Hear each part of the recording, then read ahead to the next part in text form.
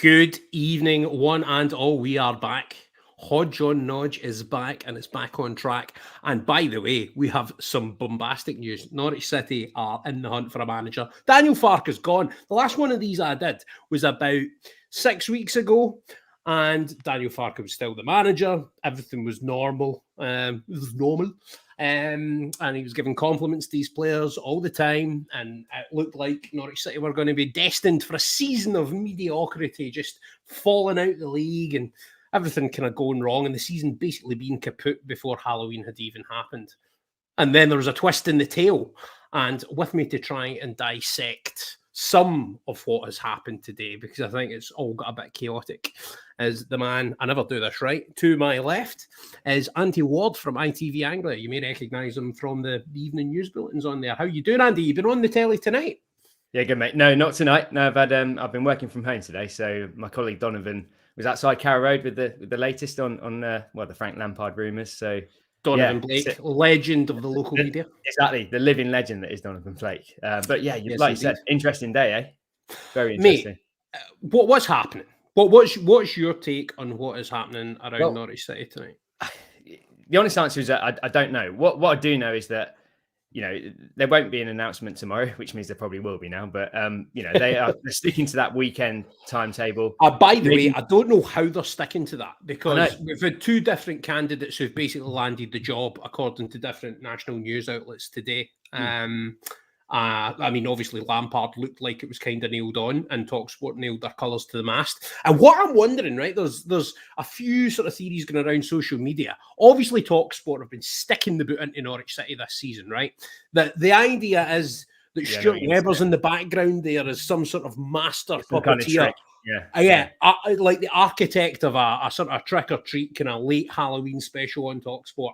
It wouldn't surprise you, would it? It wouldn't surprise you. The man is capable of a surprise, because, I mean, Daniel Farke getting sacked after his first win of the season, I don't think anyone saw that coming. But do you know what, man? No, see, the thing is, see, as soon as it happened, Norwich City made sense again.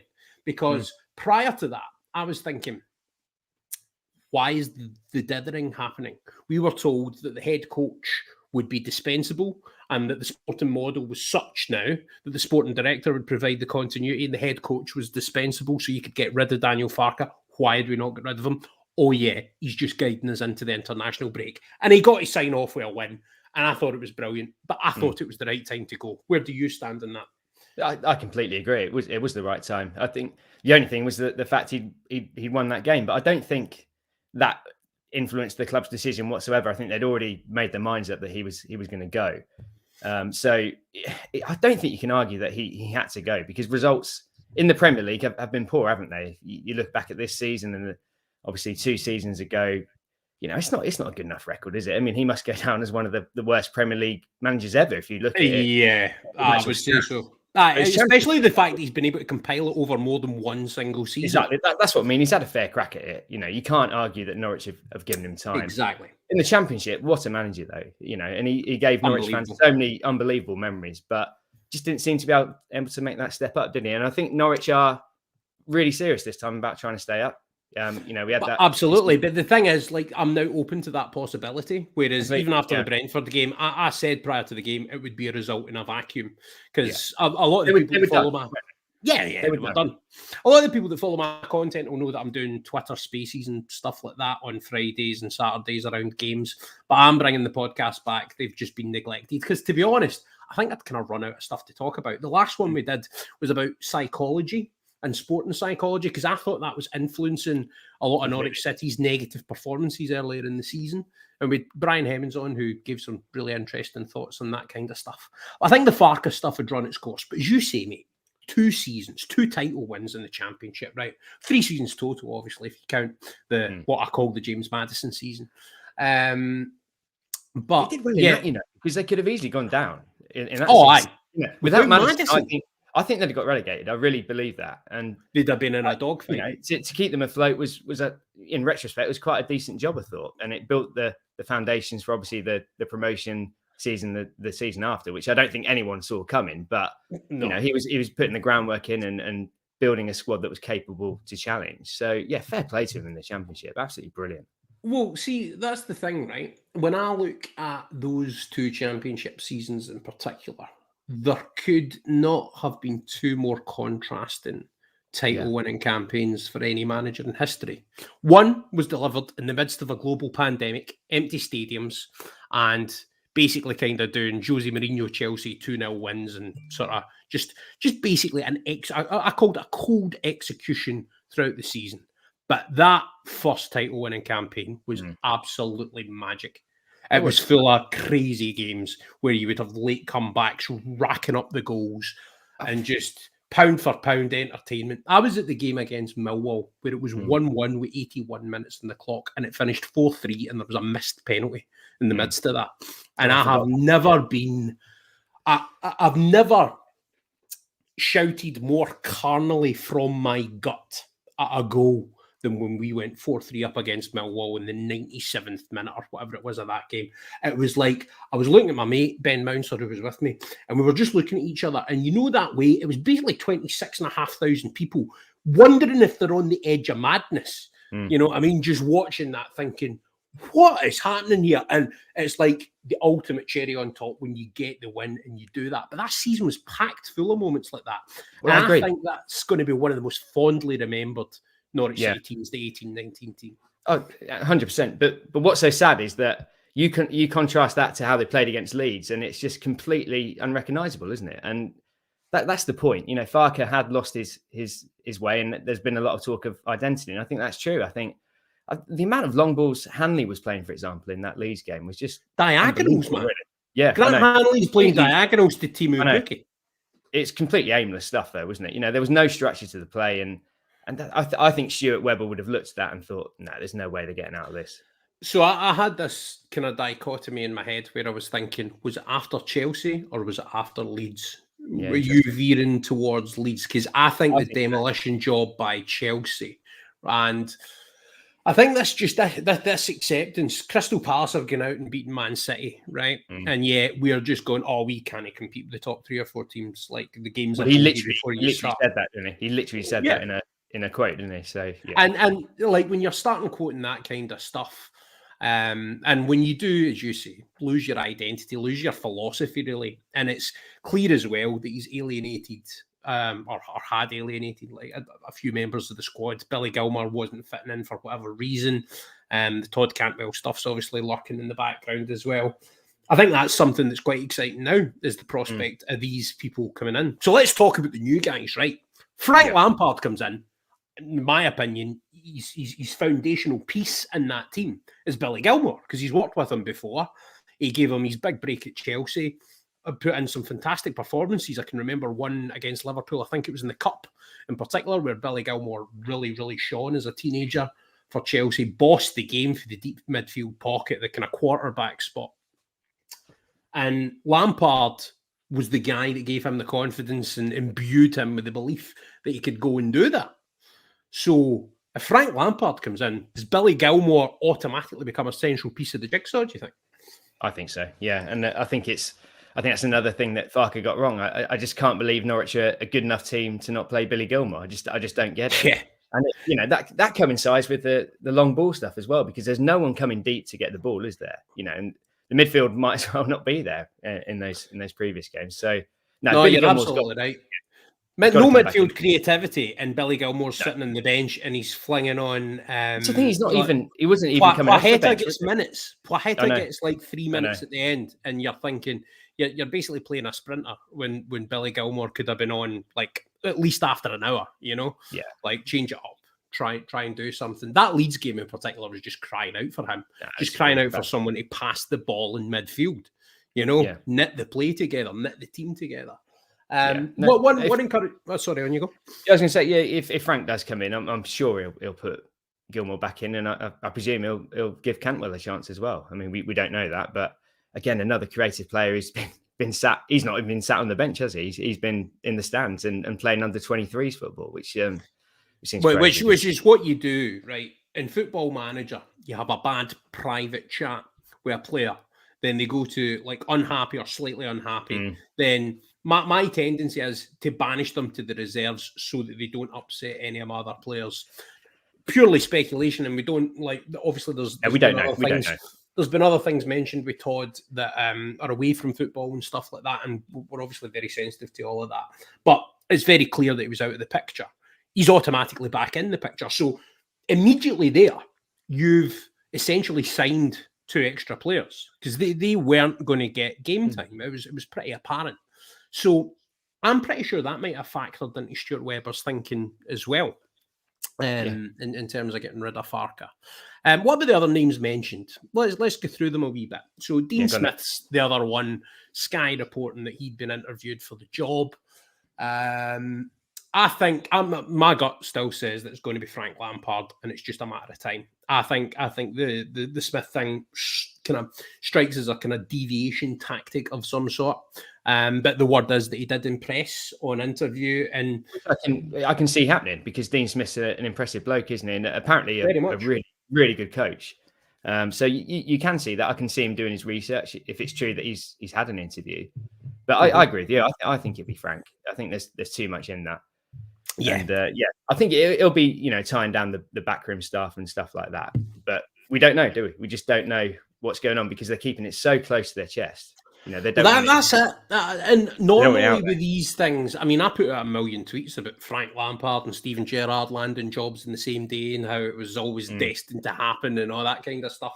And I probably looked a bit of a prat because good journalistic integrity that I've got, I should probably have done a bit of digging about before I, not that I was claiming to break the news at all.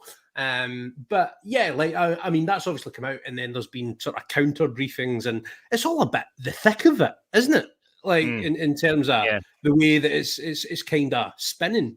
And old Paddy Davitt, we tweets there, like he's got his hashtag circus or no circus. This is a media circus now. It is. And if Frank is appointed, well, get ready for more circus, because can you imagine the hype? I mean, it'll be crazy. I think it'd be great for the club. I think it'll get away from this little old Norwich tag that they seem to have, and I think it'd be a great appointment personally. I think for the global audience, right? So one of Stuart Webber's objectives when he came in, I was at the interview where he was introduced to the press, and I asked him, "Is globalising the football club one of your objectives here?" And absolutely, blah blah blah. He can answer the question. If you bring in Frank Lampard, you automatically open up a whole new audience to Norwich City as a football club, I think, because there's a generation of, let's call them like FIFA playing lads, right, that might have sort of grown up watching Frank Lampard and Steven Gerrard and that kind of thing, and they're maybe not engaging with Norwich in a kind of Daniel Farke sense or whatever, or they might come from other countries and other geographies, other territories, and they've heard of Frank Lampard. They've not heard of Norwich City, but they've heard of Frank Lampard, and it's like, oh, Frank Lampard's managing in the Premier League again. Let's take a bit of interest in this team, And I think that's a positive thing for the football club. The flip side of that is the media circus and the Frank Lampard's Norwich City. Yeah, I was going to say that's the bad thing, isn't it? I don't like that tag, but no, and I think that's the danger is if you bring in Frank Lampard, right, then automatically you're going to get a million more shots of the manager on the site. You're going to get double those amount of shots than you would of Daniel Farke during a game, because the producer knows that it's good television to go to the manager. People are interested in what the manager's doing. If we play Aston Villa, Lampard and Gerrard on the touchline is absolutely gold in my head. They're not going to show the game there, are they? They're just going to show them two on the touchline for 90 minutes. Might as well just have a boxing match. Put the proceeds to charity and just get them to box each other. That's probably a better idea.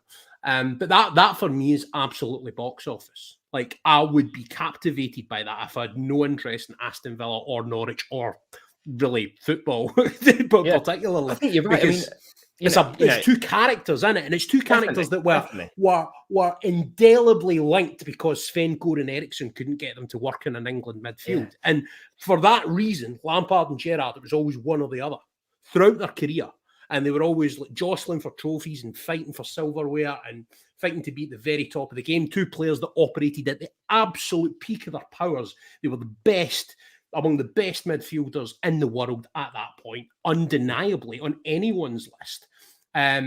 Contrasting styles of human being in terms of the way they present themselves, in terms of the way that they played as well. And I just think the idea of that being replicated in terms of the extrapolation of those guys into 11 other guys on a pitch is just brilliant. And I want to see it happen. I do. And you think if you're a young midfielder at Norwich and you've got Frank Lampard taking training on Tuesday and wherever it is, I mean, can you imagine that? And the guy's one of the best players the Premier League has ever produced. And I think it'd just be, have a brilliant influence on the young players, in my opinion. Well, that's a point. And we're sticking on Lampard here. We will give Ferrier into some of the other names. But on Lampard, I think the young players coming through. Now, it's worth noting that Chelsea were under a transfer embargo at the point at which he gave debuts to Mason Mount, Callum Hudson-Odoi. I'm trying to think of a few other names here. Well, Billy, like you said earlier. Billy Gilmore. I think Reece James, maybe. Tammy Abraham. Tammy Abraham's another one. Yep. Yeah. So many young players bloodied through, which is absolutely part of Norwich City's identity now. Well, one of my favourite NCFC numbers is always good for a tweet, especially when things start or come to an end.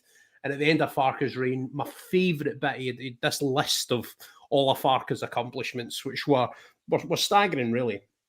But my favourite one was 11 homegrown first-team players brought through. Yeah, and I just thought, that's brilliant. That's a whole team.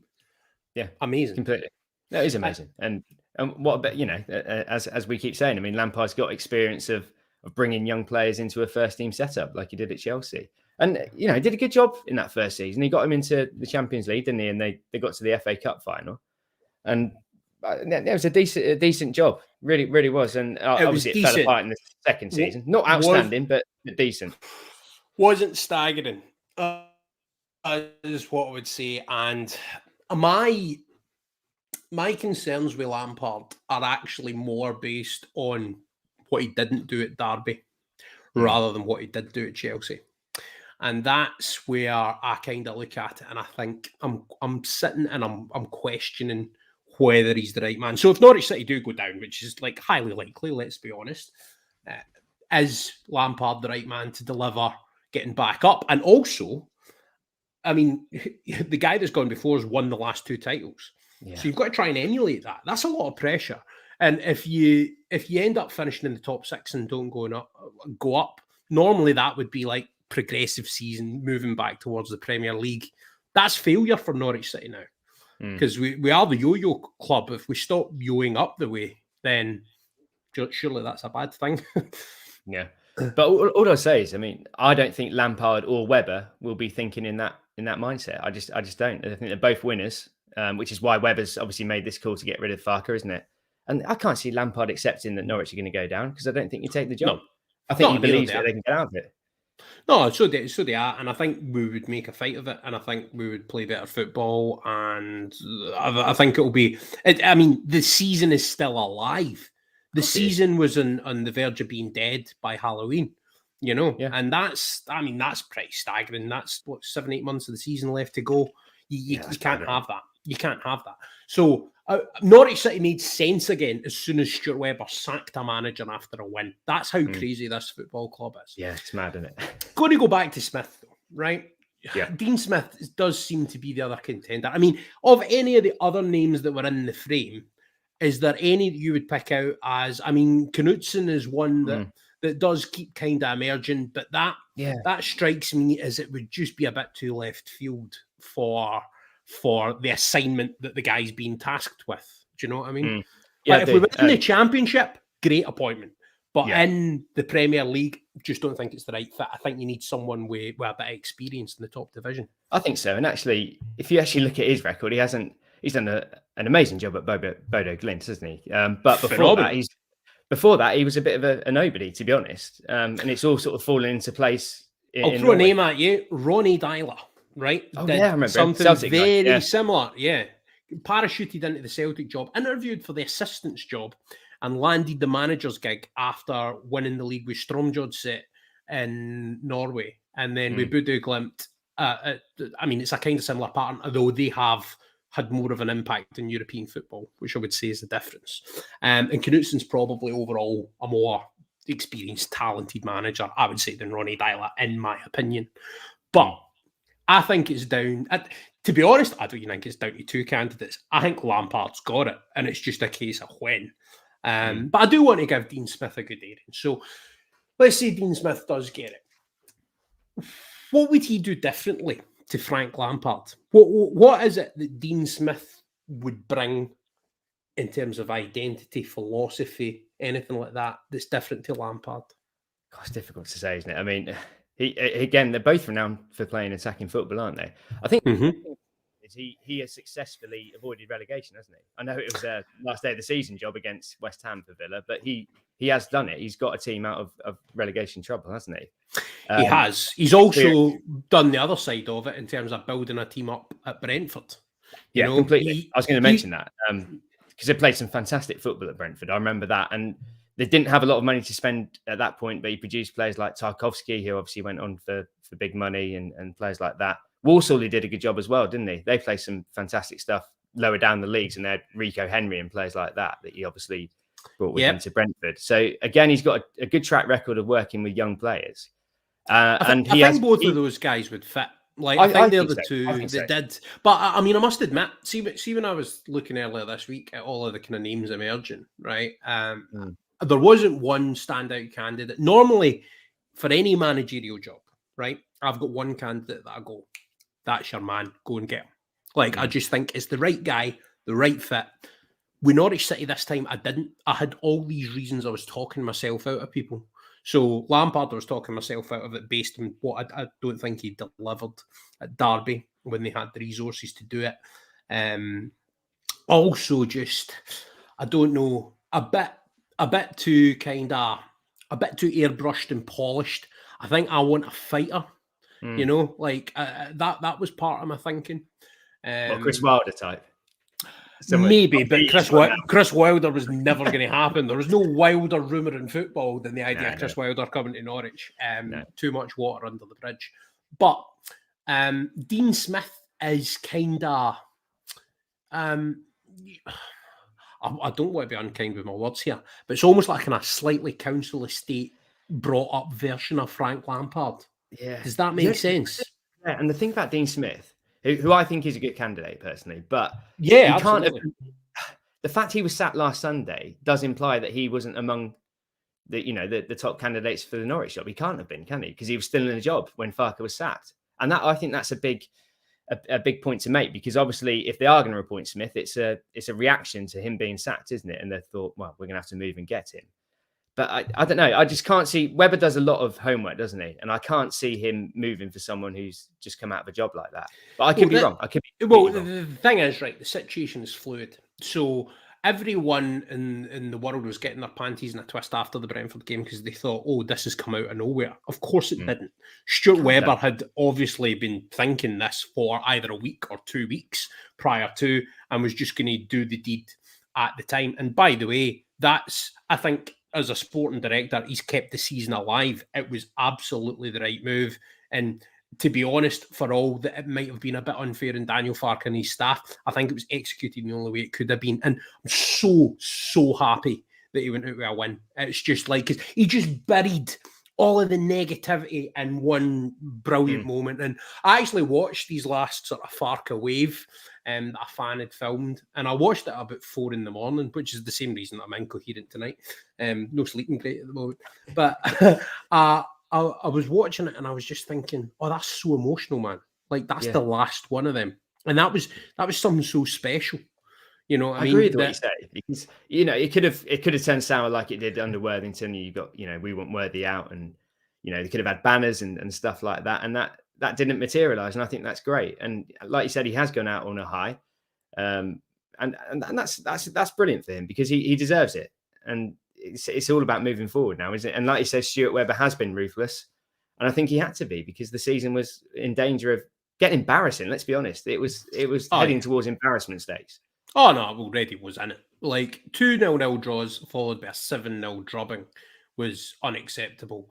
The nature of that meek defeat to Leeds, where there was only one Premier League player in the pitch in Rafinha, was unacceptable. And the only thing that was... What was unacceptable to me as well is, and I stuck the boot in my Friday space with quite a few of the sort of notable luminaries in the local media hanging around, and they were they were listening to me rant about how Norwich City, this is just not good enough. It's not good enough. We beat Brentford, it doesn't matter. It's a result in a vacuum. It's not a result in a vacuum if you sack the manager and then appoint the right successor. But I think so. I made the kind of the council estate sort of brought up version of Lampard kind of analogy, and by that I mean I think Dean Smith's had a harder apprenticeship in sort of football than and come up through the lower leagues as a manager and done the hard yards like in that kind of regard. Whereas Frank Lampard, Derby is a first job, is a pretty stellar first job, and then right into Chelsea. But for me, what would tip the scales in the balance? Now, I don't know if Lampard's been the preferred candidate. I think that might be what we hear if he's eventually appointed. If he's been the preferred candidate from the start, then that's great that we've gone and got him. Regardless of that, I think the fact that he has managed a club of the size of Chelsea, he's obviously got the track record of bringing in youngsters, and just for what he'll do to the football club, even if the managerial appointment is unsuccessful in terms of stabilising us in the Premier League or even getting us back up, right? Even if we're sitting here in 18 months' time and Frank Lampard has failed in the Championship or a shorter tenure than that, I think more fans will watch Norwich City globally. I think that's a good thing. I think that of all the candidates there, he's got the best CV. So you've got to go with that. He's managed big players. He's managed big personalities. He's managed in big games and big situations. And that is something that you're basically putting that up against Dean Smith has kept Villa up. You know, that's basically what you're kind of stacking up against. And it's basically pick your poison between those two kind of things. That's how I look at it. What about you? How do you analyse it? No, I think you're spot on. But it's just, it's a tough call between them two, isn't it? Because they both have actually got quite similar CVs in what you said, and I don't know. I can't call it, but I do think they'll go for Lampard. I think that's the one they want. But I can understand the appeal of Smith as well. It's just, I just think with Lampard, as you said, it's the appeal he brings internationally, isn't it? And the fact that Norwich are kind of perceived as a bit of an irrelevance, aren't they? At the moment, they're seen as this embarrassing little team that come up and down and then, disappear after the Championship for a year and then pop back. And I think this will help them be taken slightly more seriously. And of course, it's got to come with results on the pitch, hasn't it? Frank has got to do that if he gets the job. But I just think it's going to give the players a huge lift, knowing that they will have Frank Lampard taking their training on Tuesday. Yeah, I just realised that I put up get your questions in before we finish. We're not actually, we're probably going to go for about an hour. So we're not on the verge of finishing. That's just a banner that I've not updated in months. There was a good point in one of the comments there. It's a Chelsea fan that's listening. And evening to everyone. If you're in and you're watching, there's a good number of you now watching in the various places that we're streaming this. Give us, say hello, give us a question, let us know what you want to know from me or from Andy. He's down on the local beat. That's one thing that I wanted to do, and I'll have Connor Southwell on tomorrow lunchtime, is I want to be speaking to the local beat journos because I'm no there. I'm up here in my ivory tower in Scotland, keeping away from it all. But I think with you guys down there, it's really important to get a flavour of what's happening on the ground, especially when the situation's a bit chaotic as it is at the moment. But yeah, I've pulled this comment up. Hey lads, I'm a Chelsea fan, and trust me, Frank will do bits in your team with the young players you've got, with the likes of Billy, Cantwell, Jolis, and even Ida to an extent. Ida's a good point, isn't it? Because he's not been given a chance at all. But I have to say, he was poor against Liverpool in the Cup when he did get his opportunity. But if he's coming on 5 minutes towards the end every game, it's hard to make an impact, isn't it? But and as a striker as well, you want to get a wee run. Do you know what I mean? Like maybe 20 minutes to get your eye in, start making your runs, and maybe some movement that can destabilise the defence. I mean, you're basically hoping for a flick on or for it to land to you in front of goal. If you're only on for 2 or 3 minutes. So I think that's important. Jolis is one. I did a podcast with a guy from Greece who was absolutely brilliant on Jolis. He'd watched him since he was a kid. And he said, this guy's a wonder kid. He's a world superstar waiting to blossom. Norwich City have flung him on in games and played him in completely a role that he's never really played in before. That's one thing that I back Lampard to do better than Farke, is to play players in their roles that they're meant to do. I think we'll go back to a 4-2-3-1. I'm hoping that Cholis can be the Mason Mount equivalent, that he can put him in and he can come in off left, do some damage. Rashica maybe on the right-hand side to do similar. I think we're beginning to see signs that he's... I was going to say that. I think Rashica was really good against Brentford and actually quite decent against Leeds for the first hour or so. Yeah, no, he's showing signs that he's just starting to settle in a little bit, which is encouraging because they need him to. They need him to start providing goals and assists. Well, I think that's the other thing. Weber's looked at this in the summer and he's felt, right, I've given you the kit and you've not delivered with the kit. So he's given the kit to someone else. What do you think are the most potent weapons that we've maybe not seen discharged yet by Norwich City properly? I would go Cholis. So I mentioned him. I think Cholis because... even against, let's take Arsenal, for example, in that away game, I thought he was really direct. He was trying to create stuff, wasn't he? And he's got an attitude where he will always look forward. And I like that. And I think he's been completely underused since he missed that penalty against Liverpool, which makes me think maybe there was a fallout there. I don't know. But I would agree with Jolis. I think we need to see more of him. Obviously, Cantwell's a big one, isn't it? You know, two seasons because he's a known quantity. That's the thing. Cantwell's a weapon we have seen discharged, and we have seen discharged in the Premier League. So you can get Premier League goals and assists out of Todd Cantwell. Get him in the team. Yeah, completely. And Billy's the other one we talked about. I just don't get that one, especially when you're scratching around for a result and you don't play him. It's weird. It's a really weird. It is a weird one. Right, so let's go through the team. Tim Krul, experienced goalkeeper, been over the course, made a bad mistake against Leeds. I think fantastic. There was some great saves. Yeah. Absolute leader. And at the end of that Brentford game, he properly celebrated. You could tell it meant something to him. He loves this football club. Tim's in the thing. Max Aarons, let's enjoy him while we have him, but that's a classy right back to have. I think there's signs, the centre back partnership, there's options. Hanlon Gibson were obviously really good in the Championship, record-breakingly good. Omobama Deli's done himself so much credit coming in. And another one to come through the conveyor belt that we should be really excited about. Two left backs to pick from. Williams or Giannoulis, pick your poison. If we do line up 4-2-3-1, Billy Gilmore and Matthias Norman, give me some of that, man. Right? Exactly. It seems so obvious though, doesn't it? I don't get it. I think, well, you're a Scotsman. Who would play Kenny McLean over Billy Gilmore in the Scotland team? I just can't see that happening. The only thing that I can see, right, and I basically see this is probably a discredit to my interpretation of the game, but I sometimes see it as just a succession of Football Manager screens, and I think Kenny McLean's higher in the squad hierarchy. And I think that's why he was playing. He's probably if he's not a team leader, he's a top influencer. And he's probably playing because of that under Farke, plus Farke's thrown him in loads, trusted him. And Kenny's been good for Norwich. I've got no problem with Kenny whatsoever, but I just think... Billy Gilmore's a brilliant talent.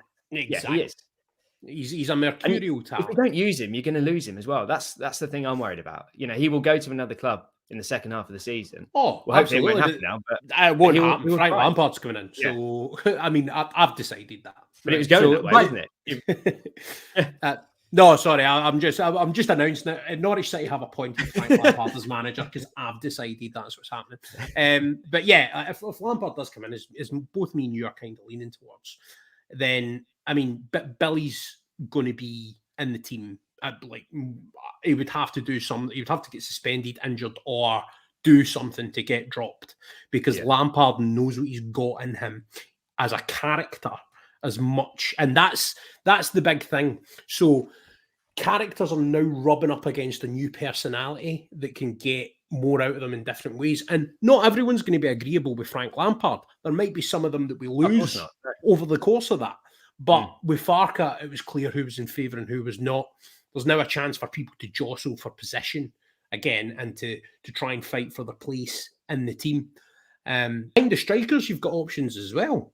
You've got Cantwell, you've got Rashica, you've got Cholis. There's a few players you could play in a variety of roles there. You could even put Sargent as a kind of wider target man if you wanted to go that way. And then up front, that's the one position that's where we're lacking. I look that's at, where we're lacking. Yeah, which where we're lacking. If Ida's not a viable third option, we need a third option.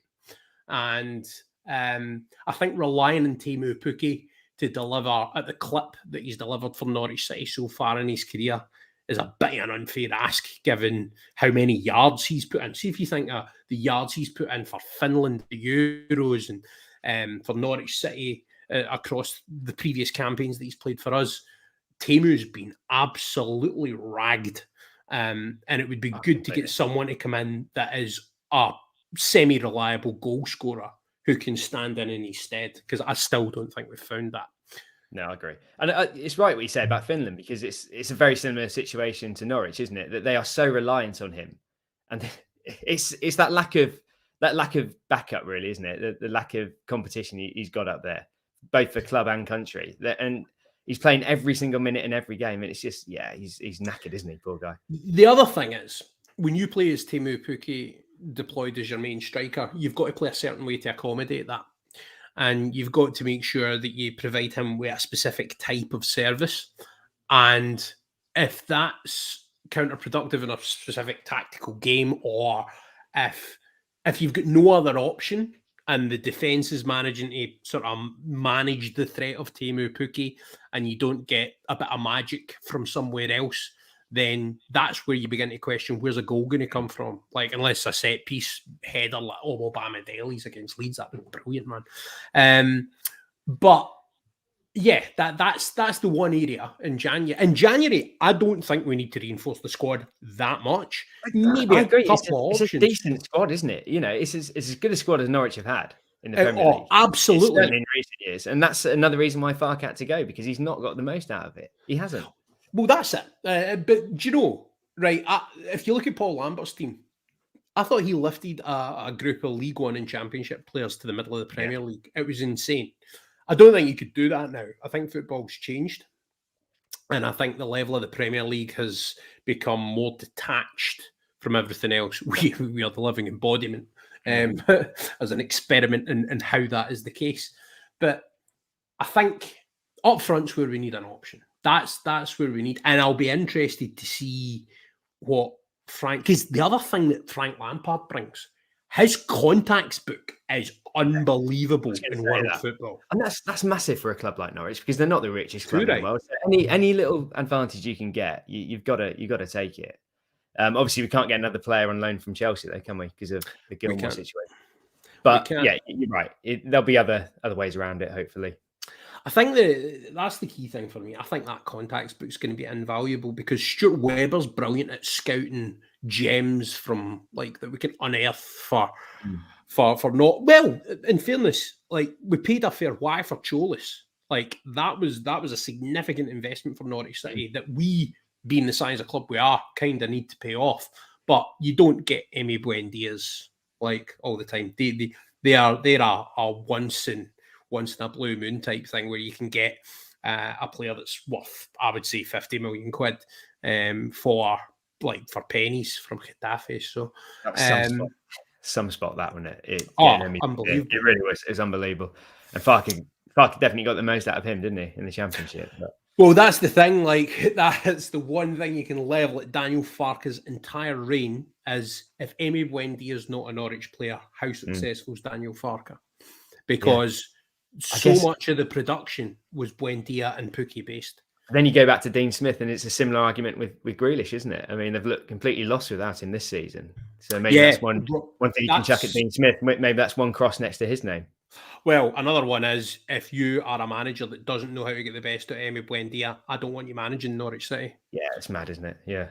So I think that, coupled with all of the kind of the global appeal, the real sort of, you're properly getting one of the stars of football in, and the depth of that contacts book is going to be invaluable, because I think that was the point I was going to make. The combination of Stuart Webber's ability to unearth gems and to make sure everyone's scouted to the nth degree, and Frank Lampard's ability to pick up the phone and say, "You get any strikers that need a bit of game time?" You know what I mean? I mean, what's Tammy Abraham doing right now? I'm going to Google that. Is it Roma, isn't he? He went to Italy, didn't he? Well. Is he getting game time there under Mourinho? Yeah, I think he started the season well, didn't he? He was banging in a few goals. He was he in the latest England squad? Maybe not this current one, but the October England squad. I'm sure he got called up. Yeah, well, I mean, I'm just reading here. It seems to be doing really, really well. They've got a buyback option, haven't they, Chelsea? I think. They do, yeah, for 68 million quid. I could see that well getting activated. Yeah, completely. But I think that's the thing now. Like, Premier League clubs can afford to do that. They can just go to like a giant of Italian football and go, here, have our player, and we'll buy him back for double the price in a couple of years' time once you've got him that bit better. Romelu Lukaku springs immediately to mind when you think of the way that he's developed his game and improved, and now he's come back to England like pretty much the finished article, Yeah, it'd be nice to be able to do that, wouldn't it? It would be, but Norwich City do try and do that at a different level, and they do try and squeeze out these competitive advantages where we can at a different level, and that's all of the kind of work and the body of work that Stuart Webber's done. But I'm going to level a few of the criticisms at you that I saw of, because when it looked earlier on like Lampard was nailed on, Norwich City Twitter being Norwich City Twitter took it well. I think loads of people were like me and you. A lot of people seem to be on the same journey as me, whereas earlier in the week they weren't buying Lampard stock at all, whereas now they're like, yeah, he's the right man. He's the right fit. He's the one we need to go for. I think a lot of people have been on a similar journey to me with that. I think you've been quite positive for the start, haven't you? I'm quite positive. Yeah, I think he's a good candidate. I think it's the thing I keep going back to is the fact he's worked with young players before, and I think that's at a club like Norwich that is a massive point, isn't it? And obviously the fact that he's worked at an elite level. He's worked in the Premier League before. He knows the division. He knows it better than anyone, doesn't he? I mean, he's played God knows how many games in it, and obviously managed, relatively successfully. I accept that he could have done maybe slightly better at Chelsea, but as I said, that first season was decent enough. So I think the one thing I am worried about is the fact he's not managed in a relegation battle, and I completely get that argument. That's it, and that comes back to what I said. You might thrive. Well, that's true. And the thing is, as well, like, he's coming in, and maybe not having the battle scars of previous relegation fights is kind of going to give you a more holistic perspective about how you come into Norwich City and how you try to implement your methods. So I think that's a good thing. I do still stick by my comment that I would want a fighter, but I would say, right, in the Gerrard Lampard sort of thing that we brought up earlier, Gerrard was the more tenacious fighter for the jersey style player. Yeah, that's fair. That is fair.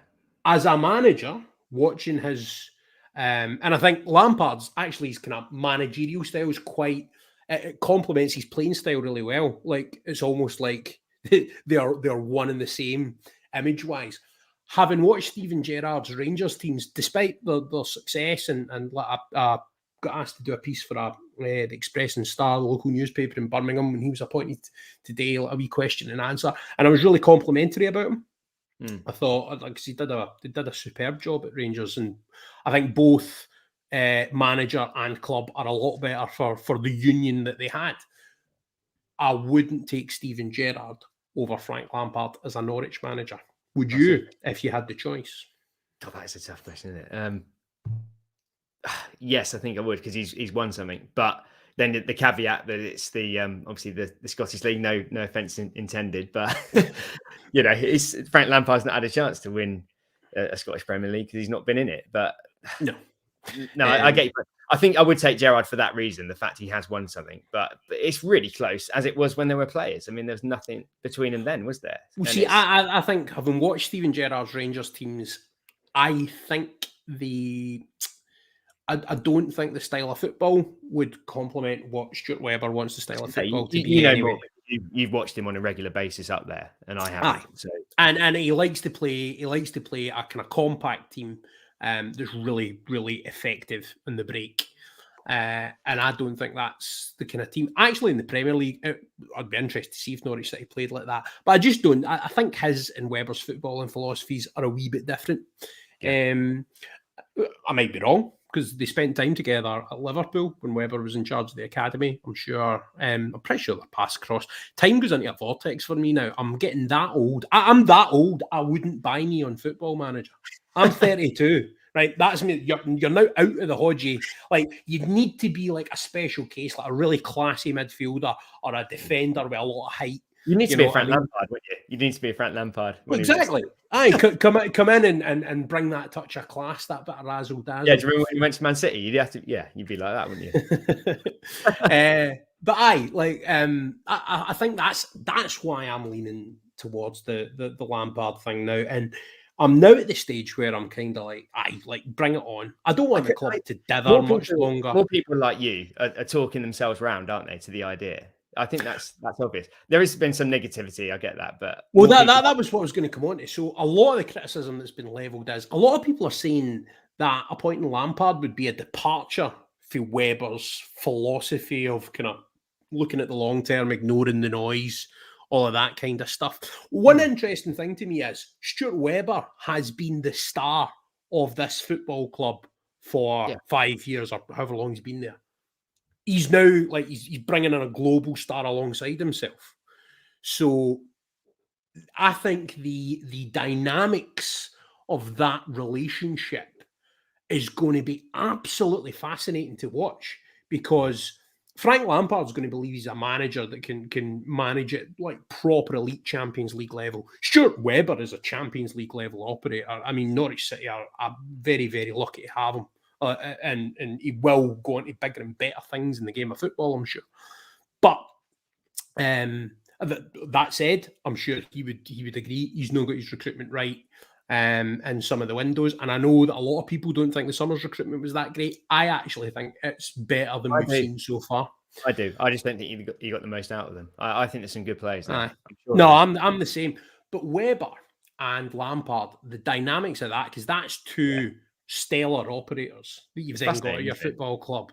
Yeah. And sometimes, like in foreign countries, if you get a marriage of like sporting director and head coach, sometimes there can be a bit of a kind of soap opera dynamic develops. I'm not suggesting that's going to happen, and obviously they're going to have to be on the same page for an agreement to be made. But I just think the dynamics of that subplot within the greater plot of how Norwich City do is just going to be another fascinating thing to watch evolve. And I actually can't see now how you could make an argument for any other candidate. Like, I've actually come round to that. This conversation's probably helped that process as well, just crystallise it. I don't think you can go for anybody else in the list. Like, I'll tell you what, anyone out there in the comments, I'm not sure if my comments are working, so if I'm ignoring them, it's because of a technical flaw. But let us know who you think, who you would go for, or whether you agree with me, or whether you disagree with me, you think it should be someone else. But a lot of the criticism left, I want to go back to that, is that Lampard would be a departure from like Webber's football and philosophy, but I don't see that, because I think he ticks some of the boxes, like bringing through young players, attacking football, all of that kind of stuff seems to fit the bill, right? Yeah, completely. And Stuart Webber wants to win. This is what I keep stressing. He is he's a born winner, and this is why he's made that decision. You know, I talked to him a couple of weeks ago, and I was going to ask you about that interview. So what was the discussion around? I've not had a chance to watch it, man. Tell us about the interview. Tell us about what you thought of Webber as a guy. I've spent quite a bit of time in his company as well. Right, he's just so impressive, isn't he? And he cares so much about the club. You know, that's what came across, and that he will put the club before himself, and he'll put the club before anyone else, because he cares so passionately about it, and he wants what's best for Norwich City. And that's why I think if he appoints Frank Lampard, he's appointing him because he believes Frank can get them out of this mess. He's not doing it as a publicity stunt. He believes that Frank is the right man to take the job. And I'm totally with that. And I know a few people that actually do think that there is a bit of personal PR massaging as a motive. I don't see that. I disagree with that as well. Yeah, completely. So how did you find him as a character? What did you chat about? And did you get an inkling that he'd maybe made the decision now when you look at it in retrospect? at that I think point. there was hints, wasn't there? I think it was a rallying call to. Well, it's certainly a rallying call to the fans, wasn't it, to whip the atmosphere up against Leeds? And in hindsight, was it a rallying call to Farke saying basically you got one game, to get a reaction out of the players, and obviously that didn't come. That's a good point, actually. I thought he'd maybe was going to bin him after Chelsea. Yeah, now that's what I think. I think he gave him that one last game. Yeah, and he gave him his backing. Like, he basically said, right, I'm going to go all in on this hand, and it's like win or bust. And I think not just the fact that we lost to Leeds, right? Where the result was everything in that game. Like, I would still say that. And even if we'd scraped a 1-0 win, I think that would have been fine. But I think the nature of the defeat, the fact that we equalised and conceded straight away, the fact that we were launching diagonals to nobody for 20 minutes, half an hour, I'm sure that's the point where the penny dropped and he just went, right, this has run its course. That's what I mean. Stuart Webber's an intelligent bloke, and he can definitely see that unfolding in front of him. The fact that, as we mentioned earlier, the style of play completely gone, hadn't it? That was unrecognisable compared to previous Farke teams, and I think that was his undoing. I think the fact he was resorting to that style of play, or maybe the players were ignoring his instructions, in which case he got to go, hasn't it? You can't exonerate the players, because the players have been poor as well. And I think that was what Webber said in his comments. He says everyone as a football club has to be better. It's a collective. That's what he kept saying. That's what he kept stressing. That it's everyone's responsibility. And that's fine. But he's also, people will look at that and then say he's a hypocrite because he's gone out and said that and then sacked the manager weeks later. But he's not. He wanted it to work out. I'm sure of that. He would have loved it if we'd have smashed Leeds 3-0 and then you go and beat Brentford and then you keep, Farke keeps his job. I'm sure that's what he wanted to happen. But it just couldn't happen, could it? It couldn't. Well, see, the thing is, right? I think that's the key thing with Webber is it's actions, not words. Yeah. So the words are what kind of can outline the vision, can outline the strategy, can outline the thinking behind decisions. Either ahead of things or in retrospect, but it's the actions that tell you the intent, I think, of what he's trying to do, and the actions were what was thing here. The words before that game were designed to get the right reaction.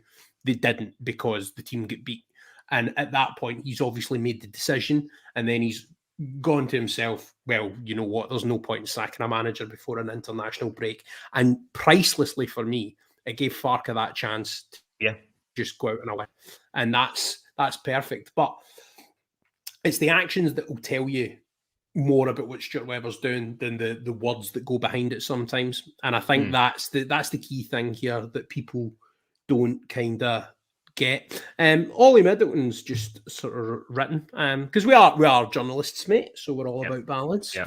He says he's slightly behind, but he's weirdly coming around to the idea of Dean Smith as well. If we didn't get Lampard, would you accept that as a kind of secondary prize? Because I don't think I would now. No, I wouldn't. I like it to be Lampard. I would, but if for whatever reason it can't be, I think Dean Smith's the best option out there. He is. He's the second best option, and you've got to at this point get the best. Surely. Yeah, I agree, and I'm hopeful they will do. But we just. It's especially with Lampard, it's so high profile. You just don't know if it could fall through at the last minute, do you? That's your worry. But that's it. And like in terms of reading the I mean, I was going to ask you, do you think he'd be interested in the Rangers job? Do you think he'd be touted for that? Lampard, no. Yeah, Lampard's already operating in a bigger. Rangers is a vehicle to get to Aston Villa. Lampard's already managed Chelsea, so I think that tells you. It's a sad state of affairs because Rangers and Celtic as football clubs have all of the intangible things that the Leicester Cities of the world just don't, right? Leicester City, that 2016 title aside, I mean, the history's not glorious.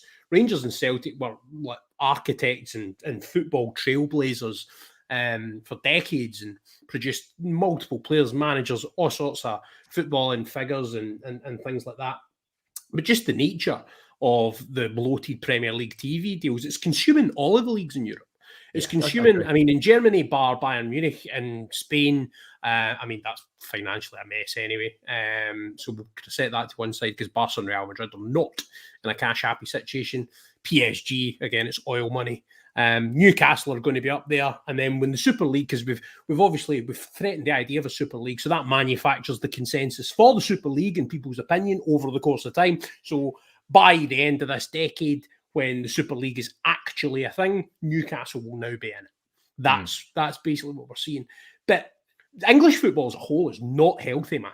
And I mean, this comes back to a greater holistic argument that I have with myself all the time. I'd much rather be the Farke yo-yo club, right, that TalkSport are sticking the boot into than Burnley. Like, I'd much rather be that. Yeah. Like, identity-wise and in terms of pound-for-pound entertainment, we're never bored. If you're a Burnley fan, are you bored of watching Sean Dyche teams grind out 2-0 wins?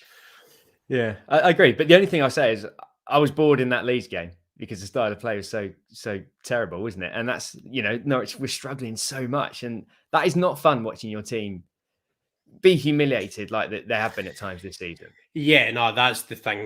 The Chelsea game was the one for me. It was humiliating. There's no other word for it. It was horrible. And after that game, I'm thinking, you're now vindicating all these goons on TalkSport and all these other places that are just like, oh yeah, Norwich City, they don't try, they don't spend money, right? And I'm thinking, well, we did spend money this summer, so that's incorrect. And I'm defending the team, and then the team's going out and getting annihilated by Chelsea and making all these goons look right and me look wrong. So you can't. There's no defence, is there? You cannot defend a performance like that because it was atrocious. And that's without Lukaku and Werner. You just dread to think what would have happened if they'd have. You do that, don't you? No, mate, that was the It's no exaggeration to say that could have been 10. Well, somebody pointed this out to me a few weeks ago, and that is basically every opponent we've had so far has been missing a key player. So like Bissouma, for example, in the Brighton game or whatever.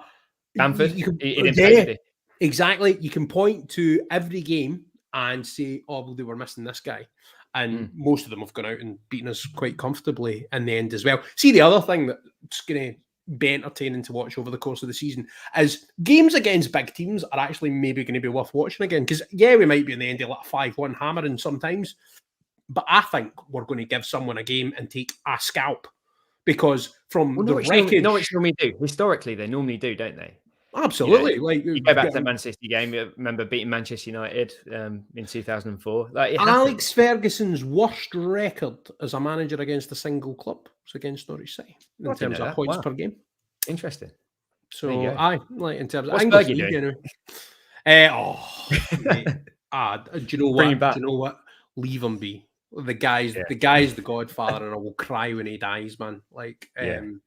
He's my personal hero. Like, he's the guy I grew up idolizing in football. Yeah, fantastic. I love him. But I think Ferguson knew when to go out, and there's a lot to be said for that. And by the way, again, I'm glad they've sacked Farke, because could you imagine if it got to the stage that he was getting hit with clap banners like the way Houghton did at the end of his reign? That was really sad to see. Chris Houghton, a really nice guy, being, isn't he? He's a human being, and he's a nice guy, Chris Houghton. And that was awful. And you'd have hated that to happen to Farke. And like we said earlier, he went out, with a win, which is perfect. Really, it's the perfect end for him, I think. Yeah, Ed says Frank Lampard will raise our profile. Hopefully Todd Cantwell and Billy Gilmore will come back in the starting 11. Don't expect Cantwell for Southampton. Do expect Billy Gilmore. What do you think he'll go with for that game? That seems like I agree with what you said. I mean, you might know more about his previous formations, but I think he'll go back to the 4-2-3-1, won't he? I would suspect. I just think we bought players for those positions. I can say the recruitment hinted at that, didn't it? You got your two wingers. Billy is one of the sort of playmaking deep line midfielders. Well, you've got him, and then you've got the driving force that is storming Matthias Norman, driving your midfield up the pitch. He's fantastic. He gives you hope, doesn't he, Norman? Because he's top. I love him. I love him. As a 6 and an 8, by the way. I'm really happy with that. Maybe I would like a player that could. This is going to be the really interesting thing, because you normally think of the deeper sitting player as the more defensive one, or the more, try to think of the right word, like sterner tackler. You know what I mean? The harder guy. Norman's the harder guy, but he's going to be playing more advanced. Whereas I think Billy's going to be in the deep pocket. And it's almost, for any of you American football fans out there, it's almost going to be a bit like protecting the quarterback in the pocket kind of vibe.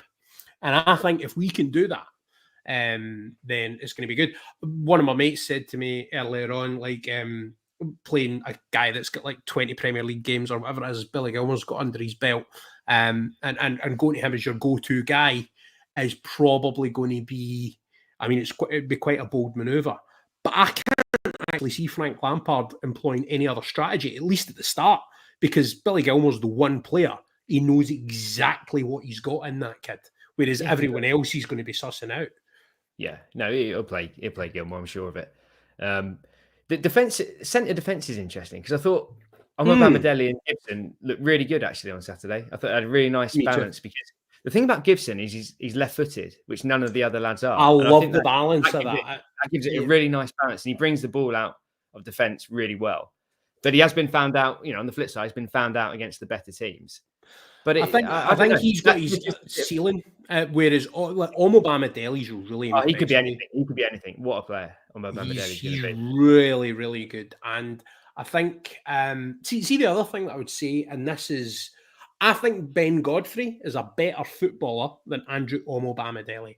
I think Andrew Omo Bamadelli is a better defender than Ben Godfrey. Yeah, and he's a defender, whereas Godfrey's like a kind of hybrid. He could be a defensive mid, and he has a ball playing centre back. Seems to be what he's kind of settled on. But definitely. Godfrey could play like various roles. Andrew Omo Bamadelli, for all that he was kind of playing as a de facto left back against Leeds, is a centre half, and one hell of a one. I think they've got to keep with him. I think they've got to build the team around Bamadelli. I think he's just build it around the young pillars, isn't it? Yeah.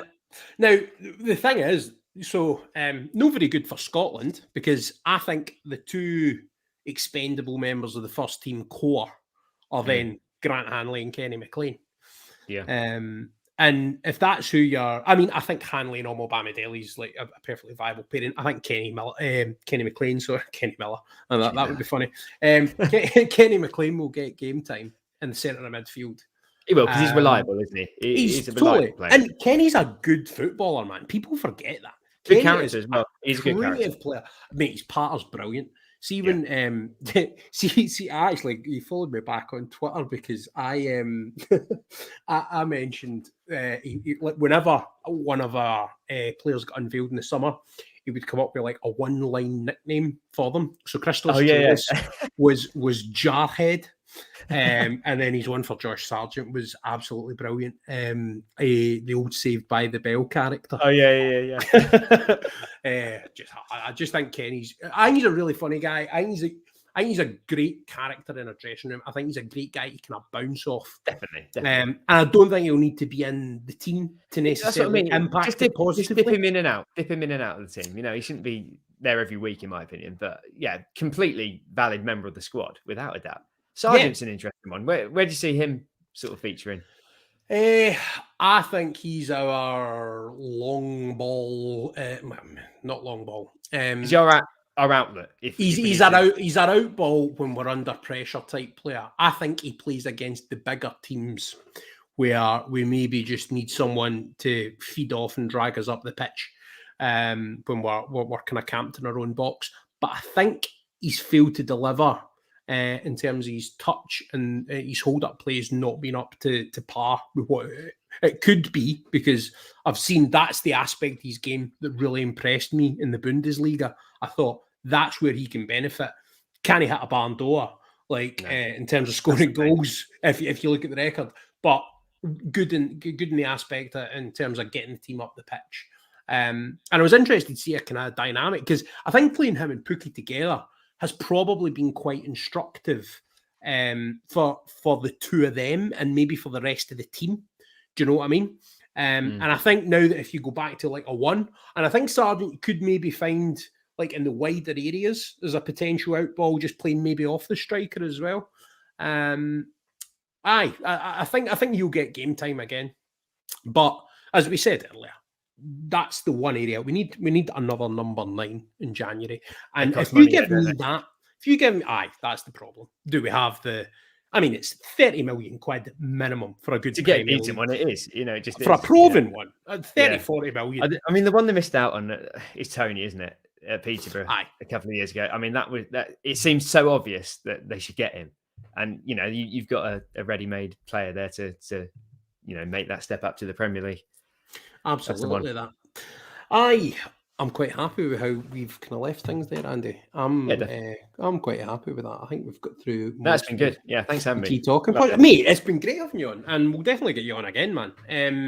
I wanted to ask you. So, say Frank Lampard is appointed this weekend, will you be part of the media circus with the Bears and unicycles and stuff? Well, look, I will be. If it's done before Monday, I will be. But then after Monday, I've got the week off, unfortunately.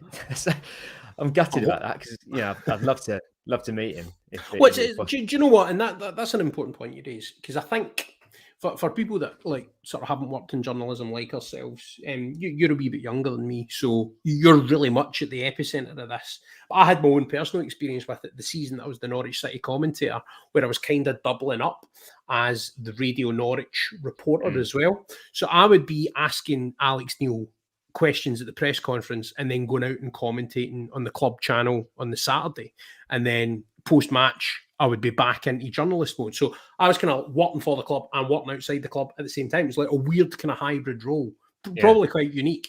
And at that point, I was just, it was probably, what age are you, if you don't mind me asking, man? I'm 31, so I was 31. You're 31?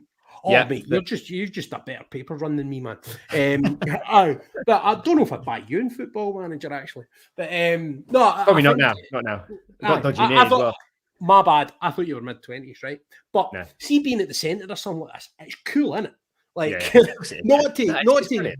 Not to lord it over anyone or anything like that. It's just, but it's really exciting. These are the times that you live to be a part, or in terms of going in for a career in sports media and stuff. These are the times where your instinct takes over and the enjoyment of the thing should be there. And I think if you get to the stage that this kind of period becomes a chore rather than something that you enjoy doing, that's maybe when you should dip out, Completely. No, it's a very privileged job to have, isn't it? And it's what else would you rather do? I mean, it's just fantastic, I think. No, I enjoy it, mate. I enjoy it. I don't know. I never know what curveballs life is going to land. Yeah, exactly. Yeah, keep your options open. No, that's it. So if people want to find you, man, where can they find you on social media and your work and stuff? Yeah, so Twitter. So at Andy Ward ITV, and also on our website as well, itv.com/Anglia, and probably on a Monday and Friday, I might be doing the sport. So we'll definitely see your smiling face on there, mate. I have seen it a few times. And you informed me tonight that sometimes my commentary goes out on there. So if you hear a Scottish voice commentating on EFL games, maybe it's me. But sometimes I come out of the shed that I've got here up in Scotland and go out and do some real football, because as you quite rightly mentioned earlier, the football in Scotland is just not real. It's just not real football. I jest. You can tell I've had no sleep, man. I'm just falling to bits here at the end of this. Hodge On Nodge is back, guys. If you like it, then please do subscribe to the channel, Hodgeythehack, which is on YouTube, which is where all my podcasts go. If you're listening to this retrospectively on your favourite podcast players, then you can subscribe. Just write in Hodge On Nodge. And you can find me on social media, Hodgeythehack, across all of your social media, bro. But I think that's us, Andy. We done? Yeah, I think we're done. Yeah, we're done. We're done. Do you want to ask me a question? Because I've been asking all the questions tonight. Ask me one question before you go. This is a privileged position for you. How are you going to feel if Frank Lampard isn't appointed? Gutted. I'm not at that stage. Seriously? Are you seriously Dean Smith is the only consolation prize I would accept. If it's Knutson now, I think I would be more confused than anything. But it's going to be Frank Lampard. I don't think it'll be Knutson, because Talking to the club on Monday, they were a bit baffled where all these rumours had come from, and there's been nothing in Norway to suggest that anything. I think Ståle Solbakken did an interview. So Solbakken and Weber crossed paths for about 5 minutes at Wolves. Yeah, Wolves, wasn't it? Yeah. And I think Solbakken said he would maybe be a good fit and whatever. Was asked a wee bit about him. And then there was a hilarious thing that I saw in the Pinking with Matthias Norman getting asked about him, and he's like, yeah, we'd maybe be all right. Yeah. And do you know the impression I get from Matthias Norman? I think he may have he reminds me of a kid with ADHD or something, and he might actually be someone that is, this is maybe not public knowledge and I'm purely speculating, but there may be some sort of condition like that, because the guy has an irrepressible energy, man. Awesome. See, especially at the end of games and stuff, it just seems like he's a jack in the box at all moments. And I quite like that energy in my squad. I think he's brilliant in every way, isn't he? He's a fantastic leader on the pitch. He's a bloody good player as well. I anointed him Player of the Year at the start of October. I said he's going to be our Player of the Year, and if you were voting now, he would win it hands down, wouldn't he? By a million miles. But I think even over the course, it's going to take a good body of work to beat that. And also, imagine Frank Lampard getting stuck into him and giving him some extra coaching as well. What a player to learn from. So what a guy for him to be able to learn from. And you hope that balance of characters is right. The balance of the midfield is right with Gilmour and Norman. I mean, I'm really excited by that on paper, but the proof's always on the pitch. And I think in some games it's going to be stellar, and then in others it might flop. But that's where you've got the likes of Kenny McLean that can come in and step in and provide a steady hand in the tiller and some reliable stuff for Norwich City fans, hopefully. Anyway, find me on social media. Find Andy on social media. Andy, it's been an absolute pleasure, mate. Cheers, mate. Thanks for having me. And I'm glad that we've made this connection, had this conversation tonight. Let's keep in touch, mate. Yeah, to everyone out there, thank you very much for sticking with us patiently. We're back, and tomorrow I'll be back. I'm going to do it, I think, about 12 o'clock lunchtime, barring any managerial appointment. Connor Southwell will be here, and then we're going to chew through some of the fat of everything that's been going on and try to make sense of it, as we have done with Andy tonight. Andy, top man, thank you. Right, thank you. See you later. And thank you to all you listeners on the Ball City.